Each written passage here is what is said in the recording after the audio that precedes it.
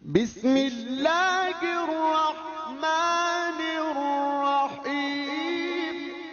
Min furu'il qaidati wa amthilatiha. Ya, di antara beberapa contoh penerapan kaidah la dharar wa la dirar. Nah, itu kalau Syekh Al-Gunnu beberapa contohnya misalnya adalah lawin tahat muddatu ijaratil ardi zira'iyyah qabla an yastahsid az-zar'u. Ya tabqa fi yadil mustajir bi ajril mithli hatta yastahsid. Man an lidhararil mustajir bi qat'iz zar'i qabla awanihi.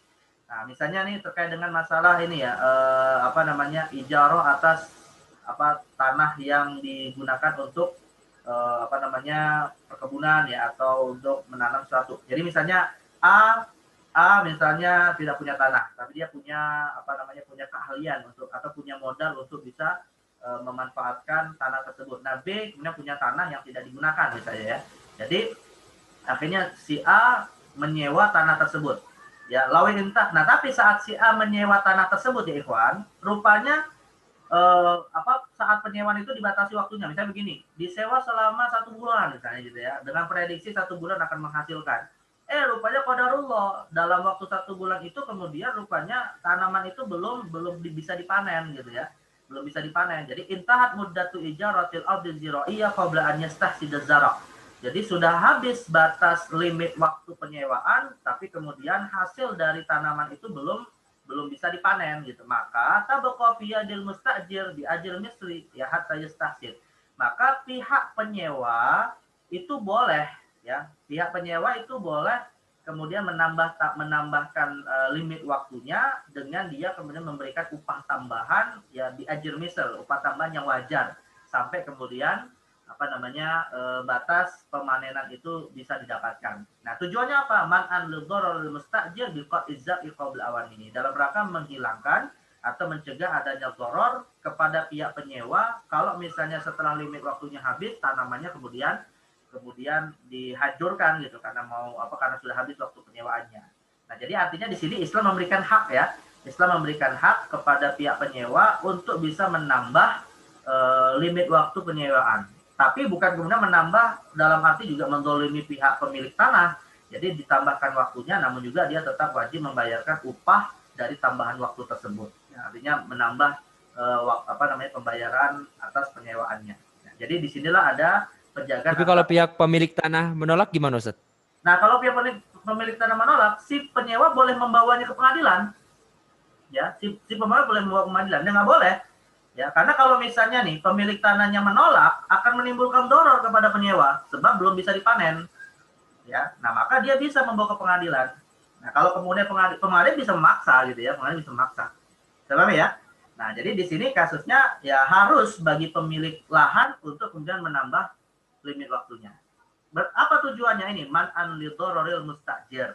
Ya, agar kemudian bisa mencegah kedororan kepada penyewa yang sudah menunggu masa panen. Kecuali kalau gagal panen ya beda lagi gitu ya. Ini kan sebenarnya prediksinya tidak sesuai dengan masa penyewaan. Ya kalau misalnya gagal panen dan betul-betul tidak bisa dipanen ya bisa saja kemudian dilakukan semacam negosiasi terkait dengan masalah limit waktu tambahannya. Nah, jadi artinya sekali lagi tidak boleh kemudian menimbulkan doror karena alasan kan limit waktunya udah habis, ya udah langsung digali semua. Ya nggak bisa juga karena ada manfaat yang harus dijaga dari si mustajir. Jadi ujung-ujungnya sih pihak ketiga ya. Pihak ketiga adalah pengadilan kalau memang antara dua pihak ini tidak sepakat. Baik, nah ini sekali lagi tujuannya untuk mencegah kemudaran. Nah, yang kedua, idza kana al-milkul mushtarak baina yatimaini muhtajan ila ta'mir. Fa aba ahadul wasiyaini. Ya. Nah, ini misalnya kasusnya ada harta yang dimiliki secara bersama oleh dua anak yatim. Yang mana kedua anak yatim itu membutuhkan atau satu di antaranya ya membutuhkan harta itu untuk dikembangkan. Tapi rupanya satu di antara dua pihak ya yang menjadi wasi, yang menjadi wali, wasi itu yang menjadi wali ya atas dua anak yatim, tapi tidak mau gitu ya. Jadi gini, ada harta milik bersama oleh dua anak yatim. Tapi dua anak yatim ini memiliki wali yang berbeda. Ya, dua anak yatim ini misalnya begini. Ada orang meninggal. Dia punya anak perempuan dan saudara kandung. Ya, anak perempuan itu dapat hak waris, saudara kandung dapat hak waris. Ya, anak perempuan dapat hak waris sebesar setengah dari harta yang ditinggalkan, sedangkan saudara kandung sisanya. Kebetulan anak perempuannya itu masih yatim, saudara kandungnya juga masih yatim gitu ya. Masih kecil, masih belum balik. Jadi dua-duanya yatim gitu ya. Berarti kan setengah harta ini dibagi nih antara dua mereka ini. Nah, rupanya si anak perempuan yatim walinya adalah ibunya, sedangkan saudara kandung walinya adalah kakeknya misalnya gitu ya. Artinya dari jalur dari wali yang berbeda gitu. Satu di antara mereka kemudian ingin mengembangkan harta yang dimiliki oleh si anak yatim itu, yang melalui persetujuan oleh walinya tentunya. Nah, maka ketika satu di antaranya yang lain kemudian enggan, padahal itu harta bersama ya, wa kana fi ibaihi dharur 'alal yatim, keengganannya itu bisa berakibat kepada doror yang jatuh kepada si yatim yang ingin dikembangkan hartanya, yujbaru min kibalil hakim daf'an lidh-dharar. Maka pihak yang ingin mengembangkan hartanya itu boleh mengajukan kepada hakim agar hakim kemudian memaksa untuk si wasi yang enggan tadi ikut ya terlibat di dalam pengembangan itu. Ya. Tapi dengan catatan ya ikhwan ya, namanya mengembangkan harta anak yatim itu harus pada wilayah-wilayah yang memang betul-betul potensial mendapatkan keuntungan. Ya, bahasa yang sekarang lagi populer itu tempatnya aman. Kalau saham gitu berarti belum jelas gitu. Ya, kalau tempatnya nggak aman nggak boleh, karena itu akan jatuh kepada khawatir memakan harta anak yatim gitu ya. Makanya Umar bin Khattab kan pernah mengatakan ya, ittajiru hatta la ta'khuluhu shadaqah. Kembangkanlah harta anak yatim itu agar tidak habis dimakan zakat tahunan. Jadi ada anjuran untuk mengembangkan harta anak yatim. Tapi dengan catatan tempatnya yang aman tadi gitu ya. Ya kayak dana haji lah, tempatnya harus aman, nggak boleh nggak aman. Gimana itu, San? Aman lagi populer sekarang ya. Nah, gimana itu? Gimana? Maksudnya untuk mengetahui aman tidaknya gimana? Kan kita nggak tahu namanya bisnis, San. Harus ada pihak ketiga yang kemudian mengawasi. Ya. Artinya begini, kalau misalnya nih contoh aman ya, contoh aman itu apa? Misalnya contoh aman itu investasi properti, ya. Misalnya membeli tanah yang pasti tidak akan turun harganya. Nah itu boleh nggak apa-apa. Tapi kalau misalnya untuk membeli barang yang akan ada untung rugi, nah itu ya nggak boleh, gitu ya. Itu nggak boleh, ya. Karena itu termasuk kondisi, ya tentunya ada ahlinya lah yang bisa menilai itu aman atau tidak, gitu ya. Tapi kalau untuk dana haji sih saya pikir itu tidak seperti anak yatim ya, beda lah kalau dana haji dan anak yatim. Karena yang namanya dana haji itu milik jamaah. Gitu. Iya, harus izin dari jamaahnya lah. Tapi yang minjem nggak izin jamaah, kan? Yang minjem nggak izin jamaah. Ya itu tadi, itu namanya boleh namanya. Halal tidak itu? Kenapa? Jadi jatuhnya halal atau haram? Ya artinya pelaku yang kemudian mengelola harta atas tanpa izin dari pemiliknya kan dia masuk dalam konteks ini menggunakan harta orang tanpa hak kan? Sama seperti Rasul mengatakan la tabi'u ma laysa indak. Janganlah menjual barang yang bukan milikmu. Boleh nggak? Nggak boleh. Ya nggak boleh, begitulah hukumnya. Kecuali gini, makanya sebenarnya gini ya, kita juga perlu klarifikasi ya. Sebenarnya akad uang yang kita tabung ke istilahnya itu kalau bicara haji itu apa? Lembaga yang setoran di muka kan? Enggak lembaganya. Badan Pengelola BPKIH ya. Betul ya? Badan Pengelola apa tuh KIH itu? Iuran haji. Ada hajinya lah. Jadi kalau misalnya pengelolanya ini kan tergantung kepada akad ya. Ketika kita setorkan DP 25 juta lalu setiap bulan kita cicil gitu kan. Itu akad kita apa sih sebenarnya gitu. Ya, karena begini. Kalau kita bicara bank nih Pak ya. Kalau kita bicara bank itu ada sistem wadiah dengan dua jenis. Ada wadiah yad amanah, ada wadiah yad domanah. Pernah dengar nggak istilah ini di dalam sistem perbankan syariah? Jadi kita ini kalau nyimpan uang ke bank, status uang yang kita simpan di bank itu ya, itu kan akadnya wadiah. Wadiah itu Wadiah itu menitipkan, ya. Nah, uang yang kita titipkan ke bank itu rupanya dalam sistem ekonomi syariah bisa dua kemungkinan, bisa yad amanah, bisa yad domanah.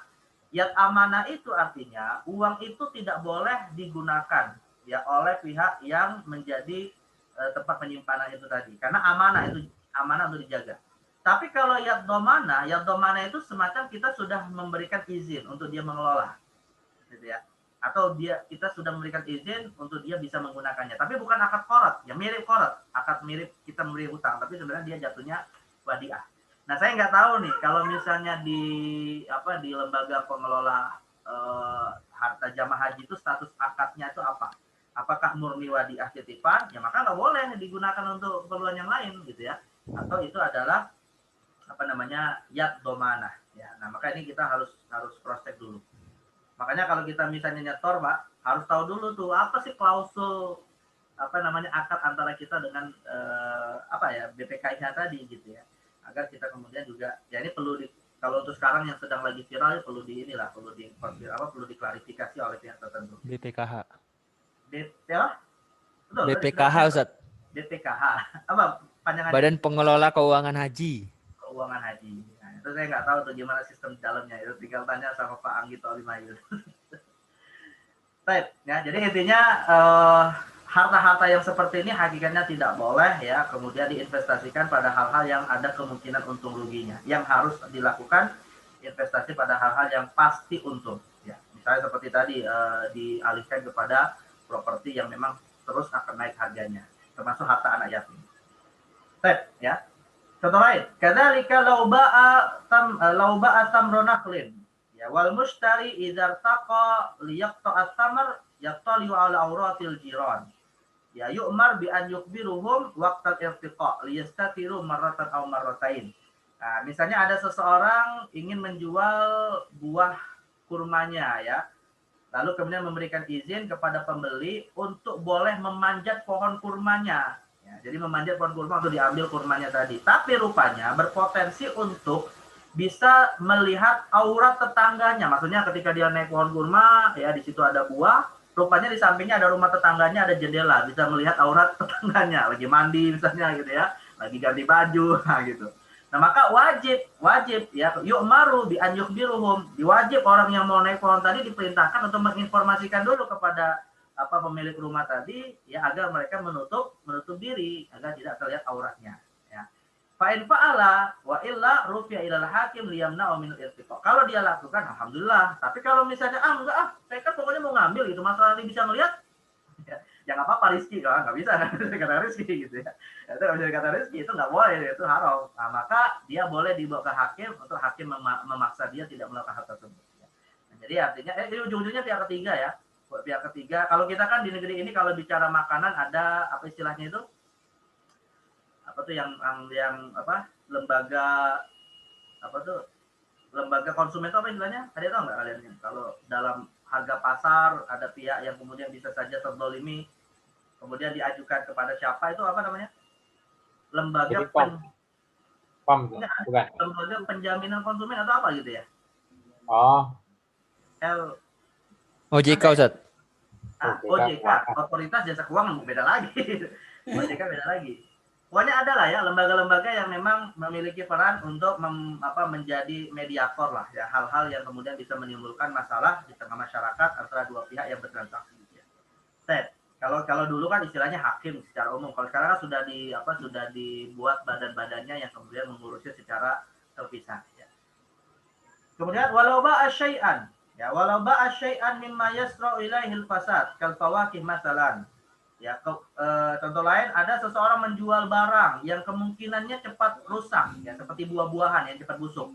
Wa ghabal mushtari qabla naqdi tsamani wa qabdil mabi wa khifa fasadihi. Tapi rupanya si pembeli ini sebenarnya sudah bertransaksi, sudah berakad dengan penjual. Hanya saja kemudian dia tidak datang dalam waktu yang cukup lama yang dikhawatirkan barangnya rusak, tapi uangnya belum diserahkan ya.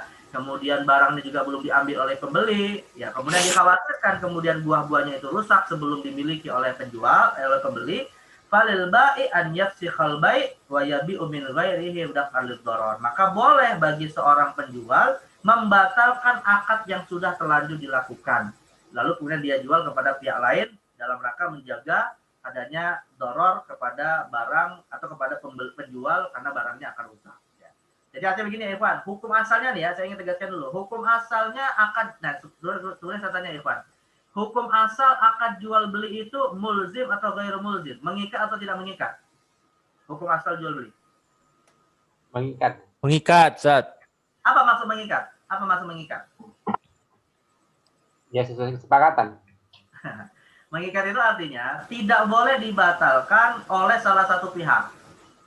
Ya harus dua-duanya yang sepakat membatalkan. Ya, beda dengan akad, misalnya gini, beda dengan akad wakalah atau wadiah. Kalau akad wadiah itu akad yang tidak mengikat. Misalnya gini ya, ada orang kemudian menitipkan barang. Kemudian setelah ya dia terima gitu kan akadnya jadi akad wadiah. Lalu dia bilang setelah beberapa saat, sudah saya membatalkan akadnya ini saya kembalikan barangnya. Itu boleh, nggak mesti kemudian persetujuan dari pihak yang satunya lagi. Kalau akad wadiah tidak mulzim. Tapi kalau akad jual beli mulzim. Nah, tapi dalam kasus ini ya, dalam kasus yang tadi kita sebutkan, ini akadnya mulzim, namun bisa kemudian ilzamnya itu menjadi batal, di mana pihak penjual boleh memfasakh sepihak, boleh membatalkan akad itu sepihak. Ya, kalau ada kekhawatiran barang yang dia jual itu rusak sebelum dia mendapatkan uang pembeliannya dan juga barang itu dimiliki oleh si penjual, si pembeli, gitu ya. Nah, jadi ini ada satu kasus pengecualian bahwa jual beli bisa saja difasakh, fasakh itu dibatalkan oleh sepihak. Kalau itu memang bisa menimbulkan doror kepada salah satu di antara dua pihak, apakah pembeli atau penjual. Padahal hukum asalnya ya Ikhwan, hukum asalnya jual beli itu tidak boleh difasakh sepihak. Ya. Artinya penjual itu kalau ingin memfasakh harus minta ridho dulu kepada pembeli kalau memang akadnya sudah terjadi. Tapi dalam kasus contoh ini maka boleh saja difasakh secara sepihak. Jadi kalau misalnya pembelinya bilang, saya sudah beli kemarin, ya ini uangnya sudah saya siapkan. Ya si penjual bilang aja, kenapa nggak datang cepat-cepat? Ini kan barangnya mau rusak gitu ya. Nah, itu boleh dia berargumentasi seperti itu.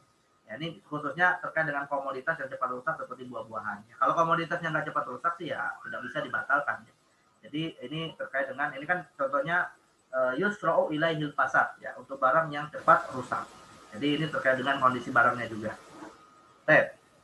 Dan contoh lain, wa yajuzu habsul masyhurina bid-di'arah wal fasad hatta tadhharu taubatuhum. Boleh ya memenjarakan. Boleh memenjarakan orang-orang tertentu yang bisa menimbulkan fasad, yang bisa menimbulkan kerusakan di tengah masyarakat. Ya, hatta tadhharu taubatuhum, sampai dia kemudian bertaubat. Jadi ada orang-orang yang kalau misalnya dia dibebaskan akan bisa menimbulkan keresahan, akan bisa menimbulkan fitnah di masyarakat, maka boleh ya pemerintah, hakim ya atau petugas untuk memenjarakannya sampai dia bertaubat. Nah, ini misalnya orang-orang liberal itu kalau dalam hukum Islam dipenjara dulu sampai dia taubat gitu ya. Kalau ulama Ustaz, sekarang kan ulama. Kenapa? Ulama yang pada dipenjara Ustaz. Ya tergantung pemerintahnya seperti apa. ini kita bicara pemerintah yang ideal ini ya, pemerintah yang memang adil gitu. Tapi intinya boleh punya hak pemerintah untuk melakukan hal tersebut ya. Ya kalau ini ya fitnah versi siapa dulu juga kalau yang kasus antum tadi. Nah, walau lam yathbut alaihim, nah tapi kalaupun misalnya tidak ada tampak ya taubat dari mereka ya apa nih? Walau lam yathbut alaihim jurmun muayyanun bi tariqi qada ya.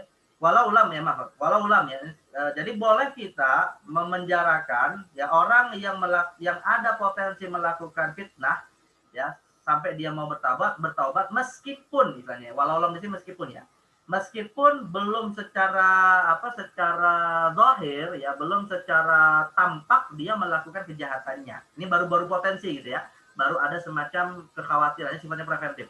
Ya walau lam yathbut alaihim jurmun muayyan, meskipun tidak sampai terjadi atau misalnya begini, dia memprovokasi masyarakat untuk membunuh misalnya atau untuk menyerang pihak tertentu. Walaupun belum ada pembunuhannya, belum ada penyerangannya gitu ya, tetap si provokator itu boleh ditangkap. Ditorikin qadai ya melalui jalur peradilan yang adil tentunya. Daf'an li syarrihim dalam rangka untuk mencegah keburukan mereka. Nah, ini yang sering terjadi pada masa khulafa ya ikhwan ya.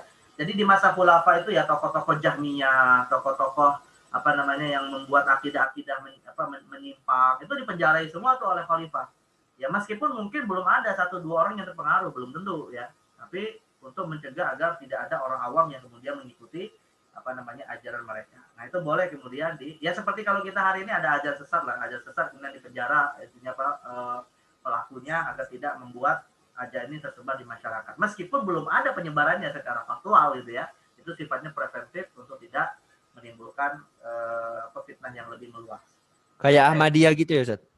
Iya, bisa seperti itu. Ahmadiyah kemarin siapa yang baru meninggal itu ketuanya Lia Eden kan baru meninggal ya. Lia Eden Lia Eden gitu ya.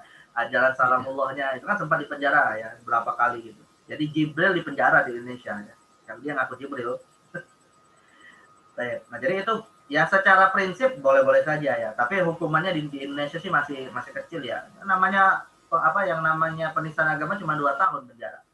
Ya, kalau dulu di zaman para khulafa bisa hukuman mati kalau nggak taubat. Jadi ya ini intinya sih prinsipnya boleh gitu ya. Masalah nanti berapa hukumannya atau yang menjadi masalah di belakang itu seperti apa ya itu urusan lain ya. Nah ini contoh-contoh di antara penerapan kaidah la darara wa la dirara.